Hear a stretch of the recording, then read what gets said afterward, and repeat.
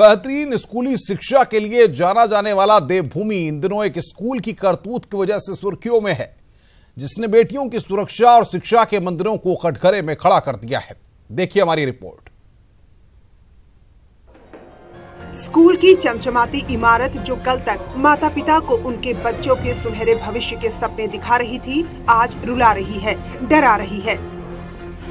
देहरादून के सहसपुर थाना क्षेत्र के जीआरडी वर्ल्ड स्कूल भावाला में एक महीने पहले ऐसी घिनौनी घटना घटी, जिसके सामने आने के बाद लोग सकते में भी हैं और गुस्से में भी। 14 अगस्त को स्कूल कैंपस के अंदर 10वीं और 12वीं के 4 छात्रों ने बेखौफ होकर दुष्कर्म की घटना को अंजाम दिया। हद तो तब हो गई जब स्कूल के अधिकारी और प्रिंसिपल ने जानकारी के बावजूद कार्रवाई करने के बजाय छात्रा को ही स्कूल से निकालने की धमकी देकर चुप करा दिया। और तो और 5 दिन पहले छात्रा के गर्भवती होने की बात सामने आने के बाद उसके गर्भपात की कोशिश की गई। बाल संरक्षण आयोग के पास मामला पहुंचा तो कार्रवाई शुरू हुई। आरोपी 4 छात्र, जीआरडी वर्ल्ड स्कूल की डायरेक्टर और प्रिंसिपल समेत कुल 9 लोगों को गिरफ्तार किया गया है। ये अपने आप में एक बहुत चिंता का विषय भी है, क्योंकि ये स्कूल के उसमें हुआ, प्रांगण में हुआ।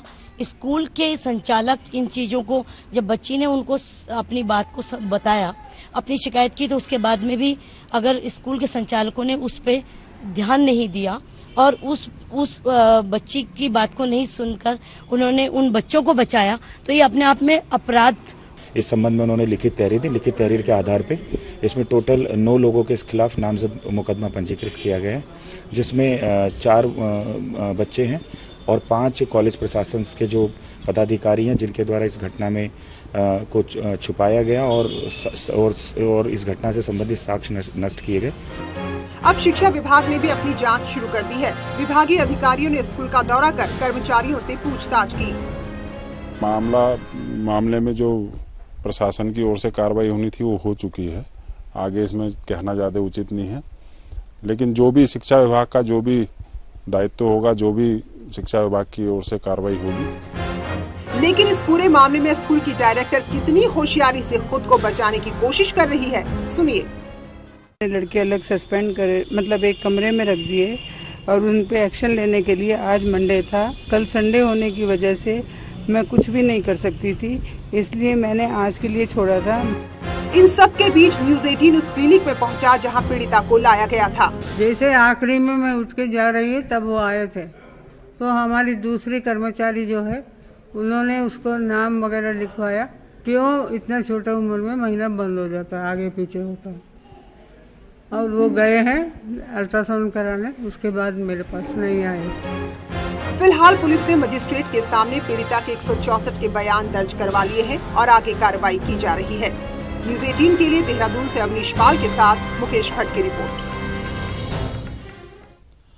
जीआरडी स्कूल में नाबालिग से हुए रेप के मामले में महिला सशक्तिकरण और बाल विकास मंत्री रेखा आर्य ने कहा है कि जीआरडी की मान्यता रद्द करने का प्रस्ताव सीबीएसई को भेज दिया गया है। मंत्री ने आगे कहा है कि अब सभी बोर्डिंग स्कूलों की जांच होगी कि वहां ऐसे मामलों की शिकायत के लिए कोई इंटरनल कमेटी बनाई गई है या नहीं। और से कार्रवाई तो करवाई है, इसके साथ साथ मैंने एक कोशिश और करी है कि इस प्रकार के जो छात्रावास है, इन छात्रावासों में क्या इंटरनल कंप्लेंट कमेटी गठित है, नहीं है, ये चिंता करने की ज़रूरत है। और इस प्रकार की यदि घटनाक्रम हो रही जो बहुत बड़ी है, और मुझे लगता है कि इस प्रकार के विद्यालयों की जो छात्रावास चला रहे हैं, इनकी जो एनओसी जो है स्टेट गवर्नमेंट देती है या उस शिक्षा विभाग देता है, उस एनओसी को जो है वापस लिया जाए या रद्द किया जाए। साथ साथ में सीबीएसई को भी मैंने ये अनुरोध किया है कि इसकी मान्यता को जो है वो समाप्त किया जाए, ताकि एक बहुत बड़ा कड़ा संदेश जो है ऐसे विद्यालयों को, ऐसे छात्रावासों को जाए कि वो भविष्य में किसी भी लड़की के मानसिक या शारीरिक उत्पीड़न होने पर उसको नज़रअंदाज करते हैं तो सरकार जो है कड़े कदम उठाने से पीछे नहीं हटेगी। और इसी खबर पर बातचीत करने के लिए मुकेश कुमार हमारे संवाददाता हमारे साथ सीधे जुड़ रहे हैं। मुकेश, बड़ा बड़ा नाम इन स्कूलों का, मोटी मोटी रकम वसूलते हैं और उसके बाद इस तरह के कृत्य वहां पर होते हैं। सबसे बड़ा सवाल यहां पर यह है कि सरकार में तमाम महकमे होते हैं जिनकी बड़ी बड़ी जिम्मेदारियां होती हैं, शिक्षा महकमा होता है। क्या कभी इन स्कूलों में जाकर के स्थितियों को जानने की, देखने की, समझने की कोशिश की जाती है? जब इस तरीके के हादसे हो जाते हैं, इस तरीके के कृत्य सामने आते हैं, तो उसके बाद गंभीरता दिखाई जाती है और कार्रवाई की बात कही जाती है।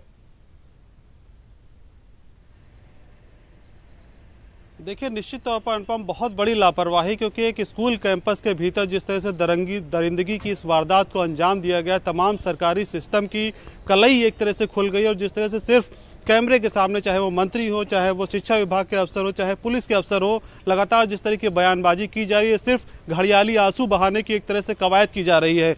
एक 10वीं की छात्रा के साथ गैंगरेप होता है, स्कूल कैंपस के भीतर होता है, लगातार 35 दिन तक इस घटना को दबाने की कोशिश की जाती है। हालांकि पुलिस ने जरूर गंभीरता दिखाई, 9 लोगों को अरेस्ट किया, लेकिन अभी भी कई सारे ऐसे सवाल हैं अनुपम जिनके जवाब दिया जाना बाकी है। क्या शिक्षा विभाग के आला अफसरों के पास कोई ऐसा सिस्टम है? ऐसे बोर्डिंग स्कूलों का कभी औचक निरीक्षण किया जाता है? क्या किसी जिले का डीएम ये बताएगा कि कभी ऐसे स्कूलों का औचक निरीक्षण किया गया है? क्या पुलिस की टीम कभी जाती है? महिला बाल कल्याण विभाग की तमाम फौज पूरे प्रदेश में है, क्या कभी किसी ऐसे कैंपस में गई है निरीक्षण करने की क्या स्थिति है? बालिकाएं कैसे रहती है, बच्चे कैसे रहते हैं? इन तमाम सवालों के जवाब प्रशासनिक मशीनरी को देने होंगे। सिर्फ कैमरे के सामने बयानबाजी करने से काम नहीं चलेगा कि मान्यता रद्द करने की सिफारिश की जा रही है, कार्रवाई की जा रही है, कड़ी कार्रवाई की जाएगी ताकि कड़ा संदेश जाए। जरूरत कड़े कदम उठाए जाने की है ताकि ऐसी घटनाएं दोबारा ना हो सके। 9 लोगों को गिरफ्तार जरूर किया गया, लेकिन जो स्कूल संचालक है उसकी जिम्मेदारी क्या नहीं बनती? उसको अब तक अरेस्ट क्यों नहीं किया गया? पॉक्सो एक्ट में कई गंभीर प्रावधान हैं जिनके तहत कार्रवाई की जा सकती है। क्या साक्ष्य मिटाने की कोशिश नहीं की गई? 35 दिन तक घटना को दबाए रखा गया। कई सारे सवाल हैं अनुपम जिनके जवाब सरकारी सिस्टम को देने होंगे ताकि एक बच्ची जिसके साथ इस दरिंदगी की वारदात को अंजाम दिया गया है उसको इंसाफ मिल सके। मुकेश, माँ बाप बड़ी उम्मीदों के साथ, बड़े अरमानों के साथ अपने बच्चों को स्कूल में भेजते हैं ताकि उसके उज्जवल भविष्य का निर्माण हो, उसके अच्छे मार्ग प्रशस्त हों, ये सब सोच करके माँ बाप भेजते हैं। और स्कूलों के ऊपर से अगर ये भरोसा उठ जाएगा तो जाहिर तौर पर माँ बाप अपने बच्चों को नामी स्कूलों में भेजने से पहले कई बार सोचेंगे।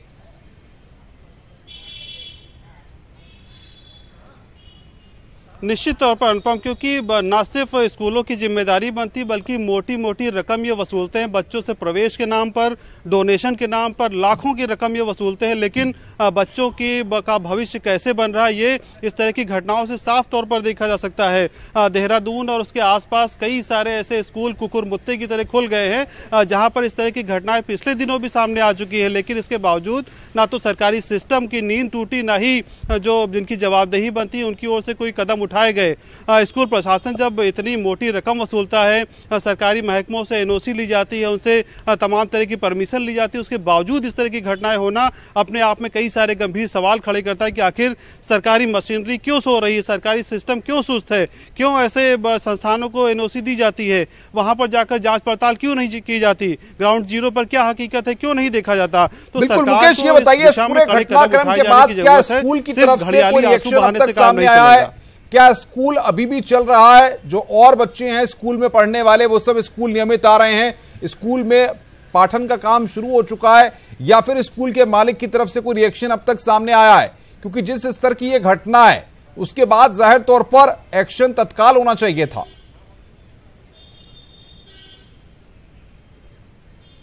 देखिए, पुलिस ने जरूर एक्शन लिया है अनुपम, 9 लोगों को इस पूरे मामले में अरेस्ट किया गया है, लेकिन अभी भी स्कूल का संचालक जो है उसके बारे में कोई ठोस जानकारी ना तो पुलिस को मिल रही है, ना ही कोई जानकारी अभी निकल कर सामने आ पा रही है। जहां तक स्कूल के संचालन की बात है, शिक्षा विभाग की ओर से इस मामले में एक सिफारिश जरूर सीबीएसई से की गई है, इसका स्कूल का लाइसेंस रद्द करने की बात की गई है। हालांकि स्कूल प्रशासन की ओर से भी जवाब भेजा जा चुका है जिसमें अपना तर्क दिया गया है। जो महिला सशक्तिकरण बाल विकास मंत्री हैं उन्होंने भी कल देर शाम न्यूज़ 18 के कैमरे पर यह कहा था कि स्कूल के खिलाफ कड़ी कार्रवाई की जाएगी, लेकिन अभी भी कार्रवाई नहीं हुई है, संचालक फरार बताया जा रहा है। तो कुल मिलाकर उसकी भी जवाबदेही बनती है, संचालक के खिलाफ भी एफआईआर दर्ज होनी चाहिए, उसको भी अरेस्ट किया जाना चाहिए, क्योंकि सीधे तौर पर उसकी भी जिम्मेदारी बनती है। जिस तरह से घटना के कई दिनों बाद तक पूरे मामले को दबाने की कोशिश लगातार की गई, साक्ष्य मिटाने की कोशिश की गई, तो कुल मिलाकर जवाबदेही संचालक की भी बनती है। अनुपम,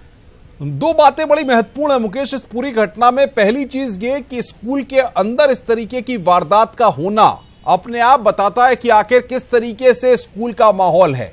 दूसरी महत्वपूर्ण बात कि घटना के सामने आने के बाद स्कूल प्रबंधन के द्वारा, स्कूल के प्रधानाचार्य के द्वारा, स्कूल के स्टाफ के द्वारा चीजों को छुपाने की कोशिश की गई, चीजों को मैनेज करने की कोशिश की गई। तो क्या मतलब है, जिस व्यक्ति के साथ, जिस पीड़िता के साथ ये घटना घटी उसके दर्द को, उसकी पीड़ा को, उसके परिवार की पीड़ा को दरकिनार करते हुए यह दिखाने की कि हमारे स्कूल बड़ा नामी गिरामी स्कूल है और उसकी अपनी छवि है, उसको बचाने के लिए अस्पताल तक पहुंच गए लोग।